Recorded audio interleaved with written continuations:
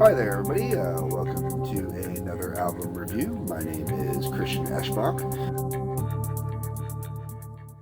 All right, everybody, we are back for another album review. We are back to Dio and we are doing Angry Machines, but we're doing the special edition deluxe release of Angry Machines.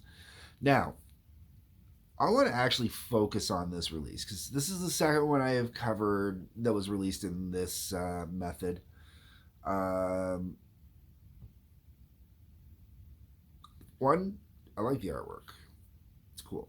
But what I really like, and where I'm going with is, I think all CDs maybe should have done this in the early days. I mean, I probably would have destroyed more than a few cases if that were the case. But I love how this is put together like a book. So your CD flaps in here, you got a second disc over here, and then you got this wonderful little booklet in the middle. So it gives us this great little book kind of vibe. Nice artwork in here on every page. This is really, really cool. I really, really enjoy this. And I honestly do wish that more albums were released like this because this is a really sharp and smart design. It's got that whole book binding and whatnot. Really, really enjoy it. Really, really appreciate it. Okay, so that's where all my good stuff about this album goes. Okay. Uh, I've had this album in my collection now for 3 or 4 years. Um, Bought it when me and Tracy were out shopping one day. And I've only listened to it 2 or 3 times since. I really.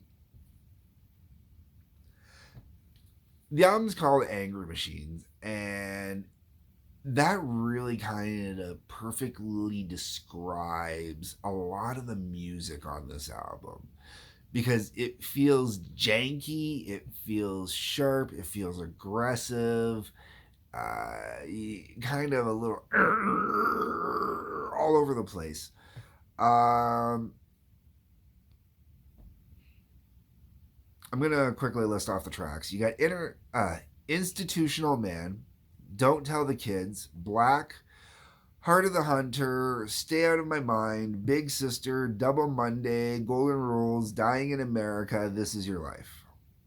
I've actually talked about This Is Your Life before. That was on the Dio cover album. It was actually this specific version that was on that Dio cover album. And I still don't know why they put that on the Dio cover album because even when I'm listening on here, like I know they redid the production. They did some other things to kind of boost it up, make it sound a little more magnificent, to give it the sound that I guess Dio always wanted on it, but didn't get on it at the time. And compared to this original version, really not that big of a difference. And honestly, I didn't think it was enough to make me go, "Ooh, that was great," or anything like that. Uh, just the whole way around, the song was just kind of, it's good, but it's not. I don't know. It doesn't feel right to me. Um, okay, other songs that are on here to talk about because that's a problem. Most of the songs on here I really just don't feel like talking about. I'm not a fan of this album. I enjoy Hunter of the Heart. Hunter of the Heart has this great bass riff, man, which leads into the main riff. And it's just, oh, I love a song that starts with a killer bass riff, and everybody just kind of takes their cues off that bass riff and goes, man. That's how my band used to do it. It's great. I love when that happens. Um, Dying in America wasn't horrible either. I didn't mind that one either. Don't Tell the Kids was kind of okay. Black was kind of okay. That was it. Like I really wasn't overly impressed with this album the whole way around. And a couple of songs I'm going to get into a little more in a second because there was a second disc on here, as I've already alluded to, based on the jacket here. And this is recorded live on the Angry Machines tour in '97. Based on this, I'm going to say that the Angry Machines tour, especially based on '97, was probably recorded all in clubs. So we're going to say mid-level venues, 1,000, 2,000 people, maybe. maybe a little bit more if we're lucky. Some of the recordings honestly sound like they were in venues that might have had 50 people. And I'm being generous when I say mid-level venues. I would not be surprised at this time if Dio was touring small venues, especially off of this album, because at this point, 97, so grunge is more or less done and over with. Pantera's come out, you can see the influence of Pantera. You can hear it on this album with the way, especially on the live stuff, with the way a lot of the guitar work sounds. Those little inflections that remind me very much of Dimebag Darrell. I didn't even look to see who toured on this. I don't think I can read it because of the fonts they used. So we got Dio Tracy G on guitars, Jeff Pilson on bass, and Vinny Appice on drums. I mean, Vinny is basically Dio's go-to drummer, so that makes sense. The other two, I know Jeff Pilson by name, but I don't remember where I know him from. And I want to say it's one of the major metal bands. And Tracy G, I know I've heard the name as well, but not ringing a bell. And I'm going to assume that that's the same band on the live tour because I'm not seeing anything that says differently.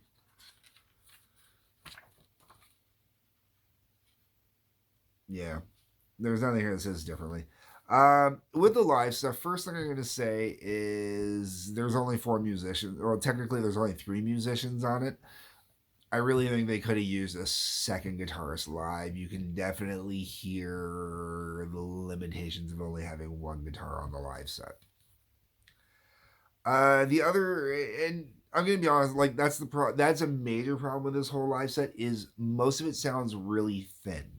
There's certain songs it's not a big deal. Like when they're doing some of the Sabbath covers, like you got Mob Rules and Man on the Silver Mountain on here. There's also Rainbow in the Dark on here as well. Rainbow in the Dark doesn't, it falls a little bit flat, but not so bad. Um, but those are songs that were originally recorded using a guitarist, a bassist, and a drummer. So no big deal when you do them live. You can make them sound exactly the same. Um, the rest of them, though, usually there's like a second guitarist or there's a keyboardist going on, something extra going on in there. And you can hear that extra's missing. It's clearly like the music's not as full as it should be. And the other problem I've got with this is there's a lot of songs on here that were kind of medleyed together, or I don't know, maybe they edited the live takes to make it sound like they were medleyed together, but they weren't even done well most of the time. And I really don't particularly care for it on here. And there's sometimes where it's really kind of dumb that they did it. And I'll get into that. Okay, so the reason why I bring this up, it starts right at the beginning. So you got Jesus, Mary, and the Holy Ghost / Straight Through the Heart. Okay. Could have just done them both separately. Pretty good. Don't Talk to Strangers. Okay. Double Monday also has I can't remember which, has another song medleyed into it as well. First off, Double Monday sucks. I don't like it. I don't get why it was put into the set list. That was a bad idea. And the song that they medleyed it with should have been completely on its own because it's one of the big name songs that actually, should have been on here represented. Then it goes into Hunter of the Heart, which once again, I do like Hunter of the Heart. So there's one I do actually think should have been on here. I thought that was pretty good. Then we're into Holy Diver. You really notice that Holy Diver sounds like it's missing something. Heaven and Hell, fantastic. I I don't like the way the guitar solo was handled on Heaven and Hell. Um,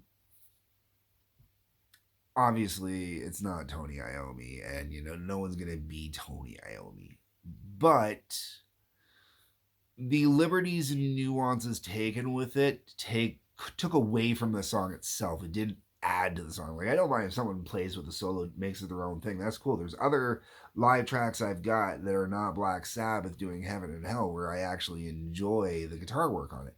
This just is not one of them. Long Live Rock and Roll is a song I've never been overly fond of. Man on the Silver Mountain, I love that. That was actually one of my favorite songs that I associated with Dio for the longest time. Like, I actually thought it was a Dio song until I learned it was a Rainbow song. And I'll be honest, I thought it was a Dio song up until about the point I was about 10, not even 10 years old, maybe about 8 years old. And my dad corrected me and told me it was, Rainbow. So that's, that's how that works. And I love Man on the Silver Mountain. Always have. I love live renditions of it, but this is not what I'm into.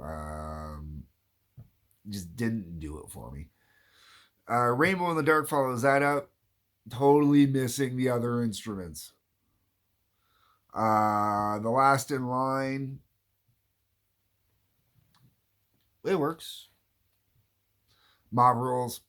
Yeah, that one works. The Mob Rules is actually really good on here. And We Rock, another song I'm just not really overly into. I'm going to say We Rock really probably should have been at the front of the live set, not at the back of the live set. That's my personal thing. Also not big on when they put Heaven and Hell in the middle of the set. I really kind of wish they'd put Heaven and Hell like kind of at the end of the set. Not the encore, but like maybe like the last song in the set right before you go in the encore, so that way you get the whole big exit out on it, and then you come back in and do a couple songs on the encore. That would be me. I like the live album more than I like the main album, and I'm not a fan of either of them, really. I would not recommend this album to anyone. I really wouldn't. I'm just not a fan, really. I'm going to take it out of the CD player now that I've reviewed it. I'm going to put it to the side, and I am probably going to forget about it for like 10 years, and then I'm going to turn and go, yeah, I've listened to that album forever. Let's put it in and see how my opinions change. I do that every once in a while. Sometimes my opinion changes. Sometimes it stays exactly the same. So who knows? We'll see in 10 years, right? Well, anyways, folks, let me know what you think down below. That's what the comment section is for. On your way down there, you'll see a couple links. Check those out for me, please. There's a like button, a subscribe button, a bell for notifications. If you could hit those, I'd also appreciate it. Otherwise, peace, love, take care.